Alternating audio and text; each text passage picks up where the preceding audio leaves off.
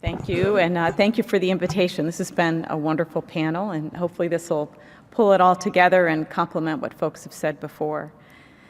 So I had a few objectives. I have no conflicts or of interest with anything, just to make that comment before I get started. But what I really want you to come away with today is to focus on how important leadership is. And I think you could get some ideas from our prior speakers, but in particular, leadership in healthcare. I'm going to give you a couple business examples to emphasize how effective leadership or ineffective leadership can affect the bottom line of business, two business examples. Then I have a women specific, so for the men in the audience, you can sit and listen, but this is particular things that women can do that might derail or plateau their career in terms of leadership competencies. And then I really want you to learn that it's very important to get formal leadership training. This is like training in any other thing we do, that there are formal courses, there's readings, there's things to hone your leadership skills. People aren't just born leaders, so it takes certain levels of leadership that you can get through experiential learning and online or in-person learning. So first, I want to give you a quote from Dr. Fred Loop, who was the CEO of the Cleveland Clinic a number of years ago, and he wanted to emphasize how important it is for physician leadership in healthcare.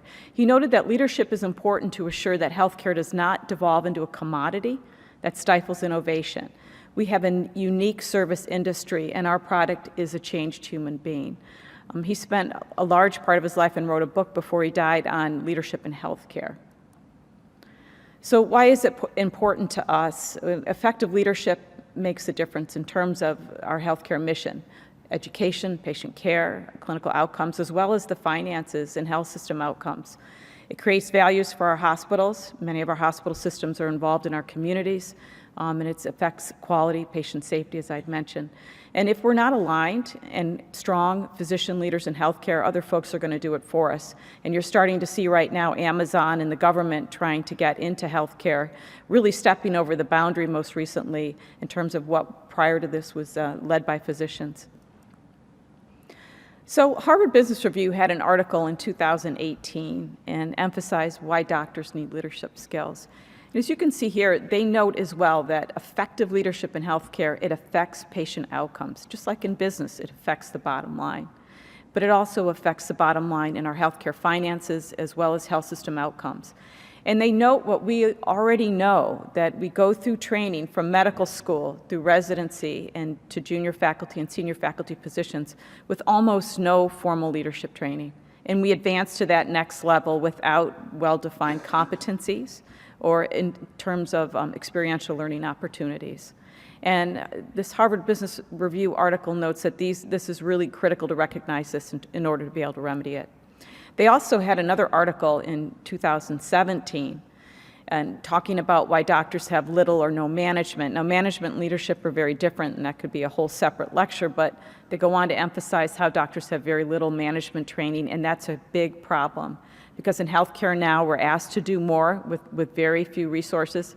You know, I'm a chair of a department. I saw a number of people make comments about chairs. We can talk in the panel, my perspective, but there's no money out there. There's little money, and we're being asked to do more, and you've got to learn to manage diverse groups. It's a team-based, model of care today. So physicians not being taught management skills in medical school or in training is really a problem.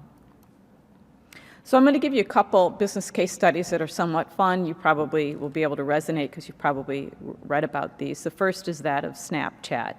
And I don't know, by show of hands, how many of you know of the CEO of Snapchat and some of the things. So we've got 2 people. 3? My daughter. My daughter Kate's here, by the way. She's a med student.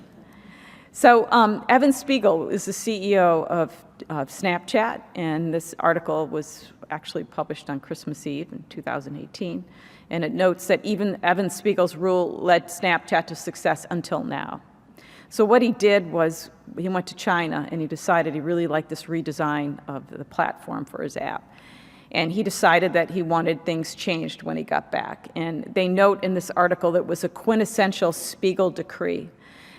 He made gut decisions. He ignored his team, including data. He dismissed any concerns from his tech people that this may not work. He went on to talk, this article went on to talk a little bit about the culture. Again, this is the CEO setting the culture and the leadership for a company. They said he completely ignores naysayers.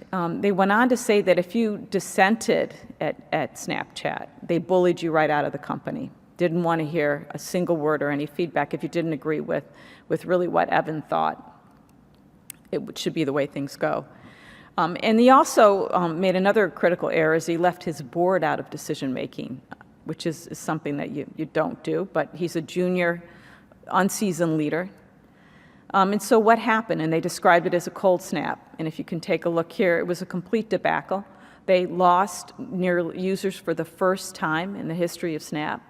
Their share price fell by 76%. Their market capitalization went down from like $25.5 billion to $6.5 billion. So this was a big deal, and this was reflective of the CEO's leadership competencies and what happened to the bottom line here for this company. If we try to dissect it out, this slide was part of a larger talk, but if we look at the leadership culture that the CEO set for this company, the first is the lack of solicitation of feedback from team members, the lack of including data from his analysts, not including feedback from the board of directors or influential consultants, and what results in that is a disengaged workforce, missed opportunities for innovation. He's unable to change design elements midstream, and lack of a detection of blind spots, because if people can't speak up, they're not going to be able to help change. If you stifle dissent, again, you don't listen or you're punished and bullied. You can get defects in your product line, which is what happened here. Reduced engagement, inability, again, for fluid adjustments midstream, and really a poor end product. And in these startups, there's very much this culture with punishing timelines, and what happens is you get worker burnout, high turnover, and a talent drain. So Uber had a CEO which set an inappropriate direction for their company, and again, this is reflective of poor leadership and inadequate leadership competencies if we would start teasing them out. So for Uber, this was an article in Time in 2017, but it was all over the internet as well. Uber was plagued by scandal from the start, and the quotes from this was a cringeworthy faux pas by the brash CEO, expose followed by a string of revelations so relentless. Interesting, we've got the Game of Thrones closer tonight, but they described the workplace at Uber as being a Game of Thrones political war and organizational chaos. And they talked about Facebook and Google bringing in what they termed adults, which were folks about 5-7 years older than these guys, but that to try to manage the company, and this CEO didn't want an adult to come in. He wanted to be the face of Uber. They also went on to note that the company was just profoundly sexist and born into conflict. And this just goes on to look at this cult of the founder out in Silicon Valley, rapid pursuit of growth, failure to address workplace inclusiveness and diversity in the workforce. So when we try to tease out a little bit about the Uber culture, it was an incredibly sexist culture. Lack of diversity, intimidation of women, that's going to affect your bottom line. You're not going to have that rich resource of diversity there. The lack of organizational culture and lack of any HR infrastructure. It was truly a Game of Thrones culture when you get into more details about this company. And you get a reduced engagement, you get a talent drain and a real lack of diversity. And again, that hard-charging culture, you're going to burn out. There's solutions to that in accounting. They do in other areas. They do sprint cycles, but when it's a constant, hard-charging, 24/7, you get burnout from your culture and from your workforce. So the point here is that not only in healthcare with patient outcomes and health system outcomes, but in business, effective leadership is really important. It's important to the bottom line. It's important to your employees, and it can set the culture for your entire company. So now I'm going to talk on gender specifics here. So for the gentlemen, I see one of my male faculty in the back there. You can, hi Adam. You can listen in on this, but I didn't know if it was going to be women only. So welcome, gentlemen. So there could potentially be some gender specific things that hold women back. And in the title of a lecture given to me was, Women in Leadership, How Do We Get Women to Move Forward? And so this was a book that was published probably, 10, 15 years ago, entitled Nice Girls Don't Get the Corner Office. And they went through 101 unconscious mistakes that women can make that can derail their career, or plateau it, or set it back. And then this is a quote from the female author who went on to say that behaviors appropriate in girlhood, but not in womanhood, may be contributing to your career stagnation, plateauing, or even derailing it from its career path. They noted they listed 101 mistakes that women can make at work due to their socialization. Most women don't make all of them. There might be one or two of the 101 that might resonate with you, but these are things to think about. It is some of them, and I'm going to read through a few of these. It's mainly to make you more self-aware in terms of how you show up. It could be the same for men as well. So these are a few categories from the book. And I won't go over the whole book. I think I've got 4 minutes, 10 seconds here left. But so here we go. Some of the chapters: how you play the game, how you act, how you think, how you brand yourself, how you sound, and how you respond. And I'm going to go through a few of these, and I'm going to read them out. So how you play the game. These are some things to think about, to think of yourself in the work environment, whether or not you do these things. If you do them, you can fix them. But these are some things that can plateau your career, and some that could potentially derail it. Playing safely within boundaries. That says not taking calculated risks. Working hard, doing the work of others, being naive, working really hard without a break, avoiding office politics. We had a little comment here: waiting to be given what you want. No one's going to give you what you want. You've got to get ready and ask for it. Holding your tongue, and failing to capitalize on relationships in the workplace. So how you act. Do you poll before making a decision? Do you need to be liked? And do you not need to be liked? So again, this is just being self-aware. Are you making decisions because you want to be liked? Or are you not making decisions because you don't need to be liked? So these are some things to think about. Are you acting like a man? Are you flirting? Are you feeding others? Offering a limp handshake? Sharing too much personal information? And being overly concerned about offending others. So these are just some things, again, to think about. So how you think. Do you obediently follow instructions? Do you view men as father figures or authority figures? Do you limit your own possibilities? Do you skip meetings? Do you let people waste your time? Do you refuse perks? Do you strive for perfection? Do you put work ahead of your personal life? And do you ignore the importance of network relationships? So these are just a few. These are just some of the categories. Some of these are just kind of fun. Some are actually somewhat funny as you read along here, but it's just to make you a little bit more self-aware. Now, we talked today about some books. So these are just tactical enhancements that you might want to think about in terms of reading. The one I put here, because I just found it such a humorous book, but if you don't make waves, you'll drown. And I probably wouldn't recommend the book. The complete opposite book is Resonant Leadership. So you can get books on extremes of, functioning in the politically correct work environment versus being emotionally intelligent and more of a holistic approach. So there are leadership books out there of the full spectrum of what you might need or find interesting. Good to Great is always a solid book. It talks about leadership levels from 1 to 5. We talked a little bit about emotional intelligence, which I think I'd recommend adding that to your load of books if you want to start reading a little bit about leadership. Maybe take a course on EI, because it could really help you become, again, more self-aware. In this Harvard Business Review article in 2018, they talked about these 5 levels of leadership, and I think this is important, again, to think about. You're not just born a leader. You go through certain levels, and you need certain competencies to get there. Increasing responsibility, experience, some education, formal classes, some books you might want to read to get to each level. So briefly, you've got an individual practitioner. You're just starting out, let's say, as a brand new faculty member. I usually tell our junior faculty, be really good at your trade. Be good with your hands. Be a really good anesthesiologist. I want you to focus on that your first year. And this similarly is talking about technical proficiency. As you move up as a physician leader, you need to be a little bit more aware of what competencies you need to take on. So if you're an MD leader, let's say, of a competency committee or the residency committee or some committee in your department, emotional intelligence is going to be really important, because this is where you got to start being self-aware and self-regulate.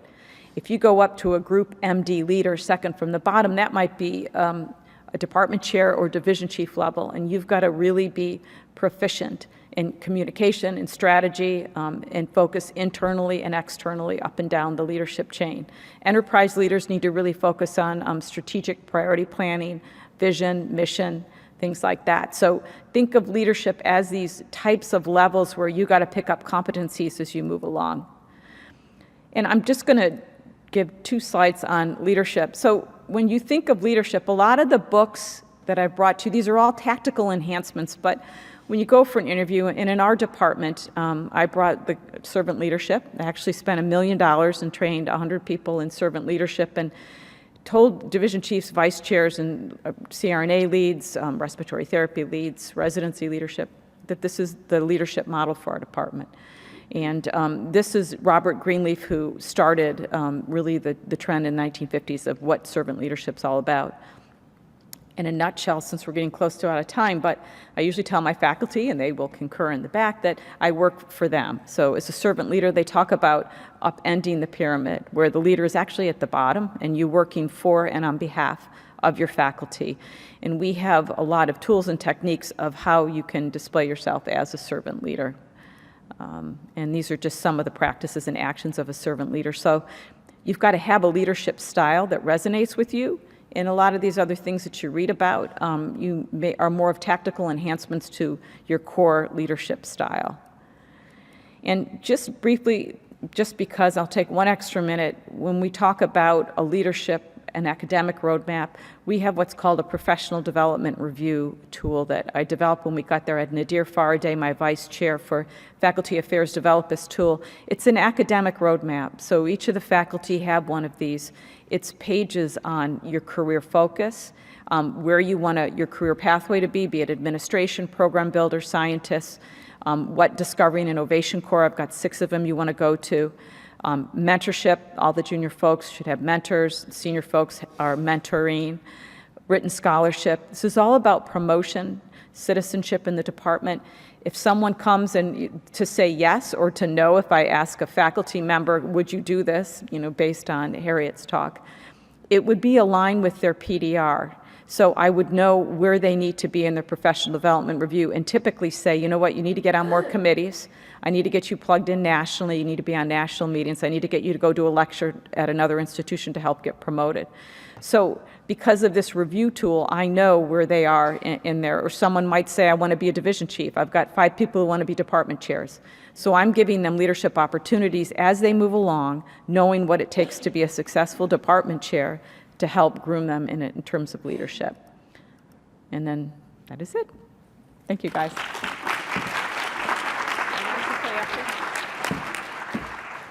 Thank you. That was excellent. I'm going to ask all 5 of our panelists to come up, and I'm going to open the floor to questions, if anyone would like to share that.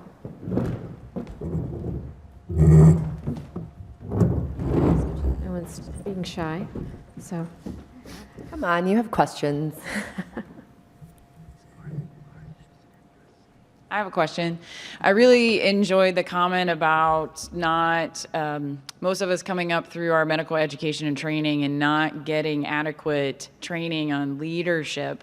I love the servant leadership book. We've created a leadership book club for leaders in my department, which I'm trying to do somewhat successfully. I have faculty here who can speak to that or not. But a question would be, I'll speak mainly with residency, how do we start teaching that in our residency programs, and how do we get our program directors and chairs to say we need to set aside so many lectures a year or time to focus on those leadership skills, because I do think that really makes us more successful in showing how anesthesia can do so many things outside of just the department and being a good clinician, because I really think we have skill sets to do many, many things in the hospital.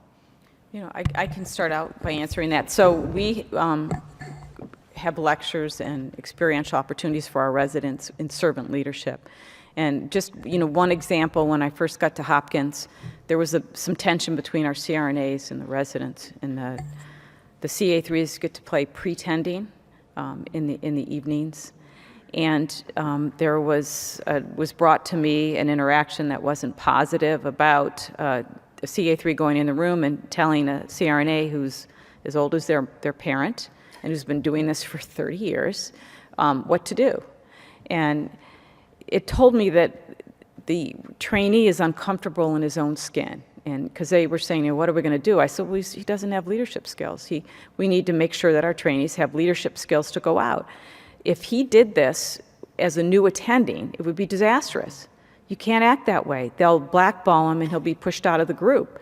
I said, so we need to equip these guys with skill sets, dialogues, simulation on how to handle situations, like go into the room. If you were a servant leader, you don't tell people what to do. You ask, what are your thoughts? Tell me about the patient. Let's talk about a few ways we could induce this patient and, let me know what your thoughts are. When this kid went in and told them what to do, they said no. And then everyone stood and stared at the resident, and then the attending came in and they went ahead. So, but what that, speaks to is that they don't have the skill set, they're not comfortable in their skin, and we had a new program director about 2.5 years ago, Jed Wolpow, and so he lectures to these guys on being a servant leader. They simulate, they have multidisciplinary work with our nurses, and they see it role modeled in the department on how you handle these types of high-stakes situations. But it is very important. And I would say, wouldn't it be great if we did it in medical school as well? And in fact, in my new role, one of the big things I do is talk to faculty members who are causing trouble. And what's really interesting to me is that frequently the source of the trouble is that people are not good at difficult conversations. So beyond leadership, I wish in kindergarten we started teaching people how to have difficult conversations so that small things don't become big things. Because one thing that could have happened in that situation is the CRNA might have responded in a way that encouraged the resident to come back with oh, right, but this is a collaborative thing. So I think if we made a little more focus on people talking to each other effectively, that would be great.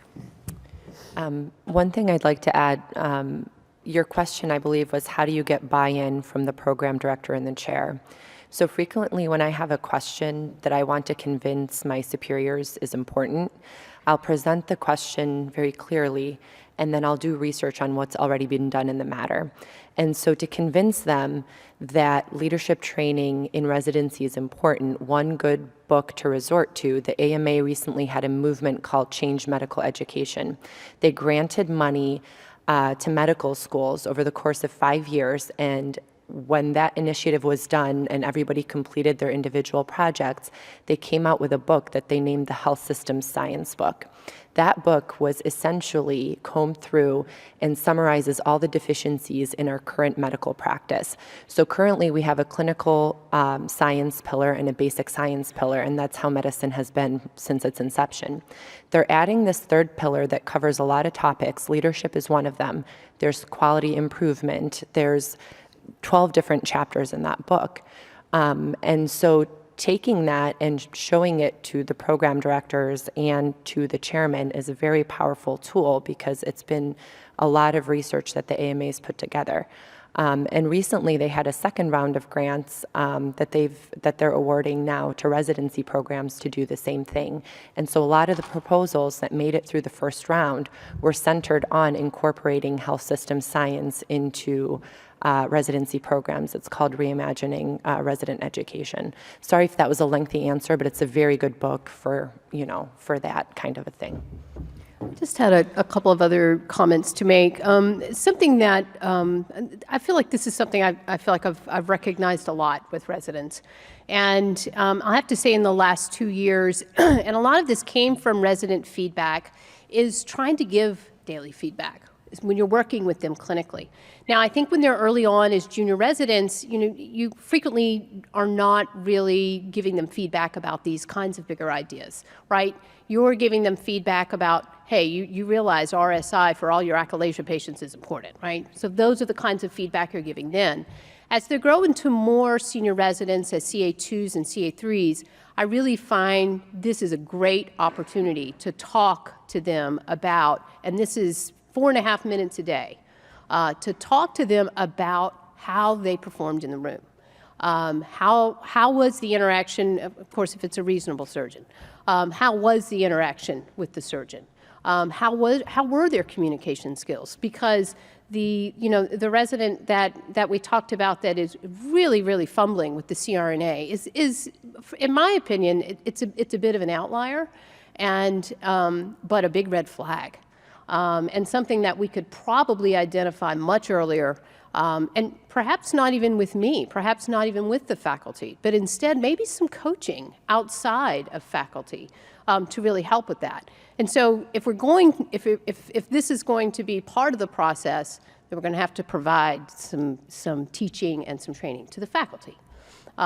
So, I really like to see that, and I feel like it's been a very effective means to give residents on a regular basis feedback about what they're doing on a regular basis. Okay. Next question. I'm very excited to see that book. It says nice girls don't get the corner office. Because I remember whenever people ask me, well, did you like the surgeon so-and-so? Usually when they start with, he is nice. It's usually an indication of he's probably not great. And I think that's actually a good segue for me a lot of times. Like, I'm not here to be nice, I'm here to be good. And that's a good way of, Dr. Hoff said that, a good way to say no, I'm not here to be nice, I want to do the best. What I found useful for me after a lot of investigations is that we actually have a list of what's most impactful activities that we need to do for academic promotions. And those are the ones that I can easily point out, say, okay, you want me to do a book chapter, but it's low impact compared to if I'm writing a manuscript. I don't know if all your institutions have something like that, how easy it is for us to find it, because I found it useful after I look into the Mayo system, but maybe every system is different. Did you have any recommendations on how to know what to say yes? Maybe it's a little easier for the beginners like us? I guess I can comment on that, having just gone through the promotion process. So I think that the thing to do is when you get there, and it sounds very trivial, but the day you start as faculty, you're not interested in getting promoted today, but you want to be promoted at some point. Read your department, your institution's promotion guidelines within a couple weeks of arriving. Read them again the next year. You'll start to feel like you have a good sense of, what am I doing? What am I not doing? Right? Where do I need to be? Where do I not need to be? A little self-drive, I think, will get a lot of those, at least some of those early tasks completed that you need for promotion. Do them in ways that you enjoy them. I think you burn out if you don't. But the other thing is, I think what Dr. Koch really alluded to, which is meet with a mentor frequently. All of our faculty have to meet with our chair. They have to meet with me. We have to sit down and go through 30-page CVs, but really pick through where things are missing, where things need to go. I tell my faculty, email me, email our promotions committee, email the senior members of the department at any point. Because to your point, I think what happens I see to a lot of faculty is they get to year 5, and all of a sudden they haven't aligned a lot of the tasks they need to get done, and now it's really a struggle to try to get to the next step. So if you're doing a little at a time and you have a couple of really good mentors, and you're constantly keeping track of your CV, I think it makes it easier, it feels less painful, and it feels more enjoyable. And I will also say that a strategy that I use, because I'm not very good at doing things I don't enjoy, is you should not make getting promoted about doing things you don't enjoy. Right. You should look at the things that you want to accomplish and figure out how to configure them so that they are promotable activities. Agree. Yes. Okay. Next question. I incredibly enjoyed this panel, so thank you for being there. I'm going to be one of the naughty girls today. You go. So, and the lack of the number of female leaders, I think, is a symptom of a much bigger, more pervasive problem, and it's implicit biases in the workforce, the lack of programs that you have described in your in this panel, and And I know there are individual leadership skills one needs to learn, and I think that's very important, but there's also the soil that needs to be created on an institutional basis. I mean, the pipeline is open, we're 50-50, but once females enter the pipeline, something happens, and it's not necessarily good, as we see in the numbers reflected in female leadership in anesthesia and across medicine. My question is, what can we do, or what, third person, I learned, so what can society or societies can do to bring more awareness on the leadership chairman level? Because I think it is a leadership down philosophy that needs to change to create that soil. And some institutions are more lucky than others. So I wanted to hear, you know, at the board level, or especially in this society where there are chairman meetings, for example, are these topics being discussed? Are there awareness? Is this an important issue? And I think we need to make this cool, that it's really cool to support that. So I'll address a couple things. We have so for example, for women, I think you've got to have mentorship, and you've got to have training, and you've got to have experiences. So I'll give the example of Bayview Hospital is one of the hospitals in our health system. And Tang Wong is a young African-American woman who joined Hopkins about 5 years ago. The division chief there, Fritz Sieber, he was at this meeting, said, I'll do 5 years, and then I'm going to step aside, and I want to do clinical trials. So I said to Tang Wong, I'm going to train you, I'm going to groom you, and it's going to take about 5-year glide path, and you're going to take over for Fritz in 5 years. She was a little hesitant, but you have to, as a leader, you got to identify them, and she wouldn't have been ready the first year. She probably wouldn't have been ready the second year. So what did I do? I meet with her regularly. She has a PDR, so she's got the academic roadmap. She went to leadership training, a couple courses on emerging leaders, on servant leadership. Then I started stretch projects with her. I said, Tang Wong, this is a stretch project. You're going to do X. This is high stakes. It's political. It may involve the COO and the hospital president. You're going to have to do change, and they're not going to be happy about it. And I will be behind you, and I will only bail you out if you really need me. And if you do need me, just CC me on an email exchange. So she actually had it email me on CC me, and then everything was settled. I didn't even have to reply. But that being said, you need to have these stretch projects where you're completely taken out of your comfort zone. She knew I always had her back. She knew Fritz had her back. And in either July or September, we're going to transition to Tang Wong taking over. I introduced her to the president of the hospital, the COO of the hospital. Folks know her. I put her on some other HR. I put her on when there's someone who's ill-behaved. I had her settle it, because these are the tough things you need to be able to do as a leader. So Howard County Hospital, Bernard was going to retire when I took over as chief, and we assumed that hospital. Clarita is an African-American woman. She's lovely, and folks don't have someone. You need not only mentorship, you need sponsorship. You need someone to say, you're talented. So I said to Clarita, you got a 3.5 to 3 year glide path. Bernard doesn't want to retire right now. He's having too much fun since they were merged with our department. When he's ready, I'd like you to take over. But here's what you got to have. You got to have formal leadership training. I need to give you stretch projects. You need to meet with me regularly. I need to get you teed up. So when the time comes, you're going to step right into that role. You need to meet the hospital president. You need to know the COO. So it's mentorship, but it's also sponsorship. It's taking them by the hand. They're totally talented. There's no reason that there shouldn't be an equal number of women and men in leadership roles. It's just that I think more frequently women don't have a type of mentorship and sponsorship, or they're put in because they're a token woman, and then they fail, and people are like, see what happened? So I've got a bright, talented faculty member sitting in the back there. I mean, Christina's wonderful. She runs our ECT therapy and a lot of other things, but it's a matter of sponsoring, and they know that you've got their back. If I've got 5 people who want to be department chairs, I'm like, guys, you got a few things you got to do before you're going to be successful. So what is that? And so you take them through these progressions. But you're right.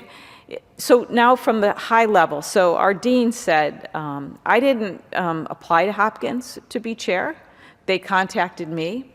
It's because our dean, which is one of the reasons I went to Hopkins, told the search committee, I want a diverse candidate pool.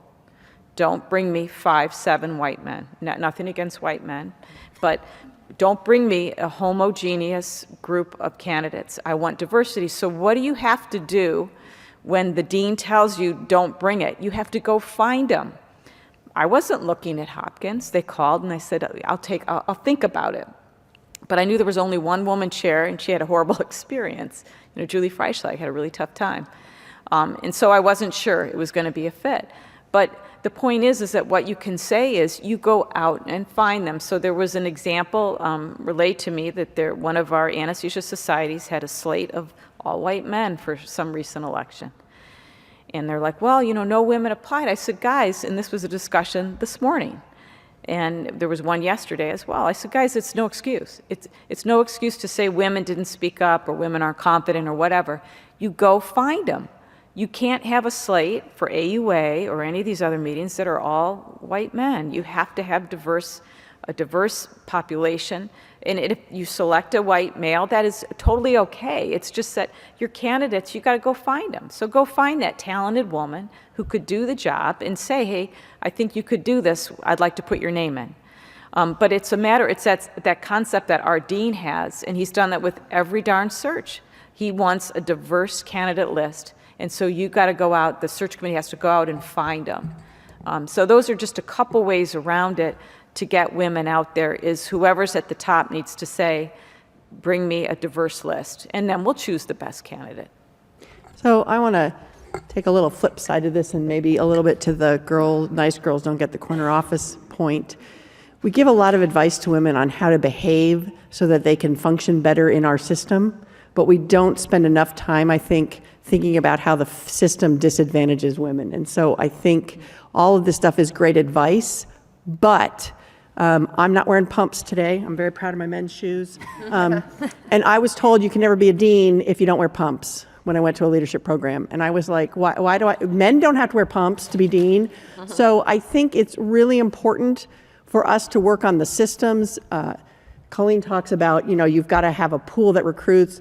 I think many of us noticed that the slate was somewhat non-diverse when it came out. And I hear, well, the women, aren't stepping up. Women say, no, they aren't volunteering. Well, one reason maybe they aren't volunteering is they know that if they get elected, they're going to be in an environment where they will not have a good time. So I think the other thing that has to happen is that institutions have to think about, not only are we going to go get women, but also, because if you think about men, there's not books how nice men don't get the corner office. You can do lots of misbehaviors and still get a leadership role. So I think the goal in my mind is, I don't need a book that tells me 101 things that I can't do to be a leader. I need a book that tells me that leadership is not gendered and that we need to make a system that looks at what people's talents are and not what they look like. Thank you guys again for a great panel. I'm Sylvia Wilson at Medical University of South Carolina, and Carly kind of touched, we are working on leadership, but we don't have anything like what you described. And so I guess from coming from a place that doesn't have what you described at Hopkins, how do I go get it? And by the way, I don't say no very well, but I'm working on it. Well, there's actually, for example, so I think if you're looking for, so NIH and other groups have great individual development programs. You could contact chairs who are doing it and get their information, or program directors who are doing it and get their information. So there's a lot of ways that you can. The other thing is maybe targeted recruitments of people who can bring that skill to your institution. I also think start small. We don't have a program as good as Hopkins. I would be remiss if I said we did. So I think the goal is start small. First of all, check out your institution. You would be surprised, and if you have an undergraduate campus or a graduate campus, how many leadership development programs they will offer for free to your faculty. So when I took over as division chief 3 years ago, that's where we started. And we did group training, we did team training, we did self-training, and then we compared. We sat down as a group and said, who are we, and what do we do, and what do we do well as a group, and what do we do well as individuals, and it was all free. And we paid for pizza, and that was it. And then, every year we start to think about, we set a goal and we say, hey, what is our goal this year? So this year our goal is conflict management. So again, I looked around the Emory campus, I looked around other places, and ended up getting somebody to come in and talk for free on a professional, mediator. We had somebody come talk about conflict anticipation. I mean, it's not as good, I don't think, as a formal system, but I think it grows and it has some grassroots. And so each year we've built on a program, and a lot of the program is what the faculty ask. So we change every year, we come up with a group goal, and then we seek out resources in a very small budget environment to try to make that happen. But again, I think it's growing and I think it's catching on. And then I think, to Mada's point, you can provide a product to your chair and say, we've been very successful doing this. Let me demonstrate how I've done it on a very small budget. Is there a larger budget that can help us move this forward? Do you want to comment? Well, thank you all. I think we're a little bit over time, but I just want to thank our panelists. This was really, really inspiring. I think I loved all the tools and loved all the insight and perspective from around the country. And so thank you very much. Thanks, guys.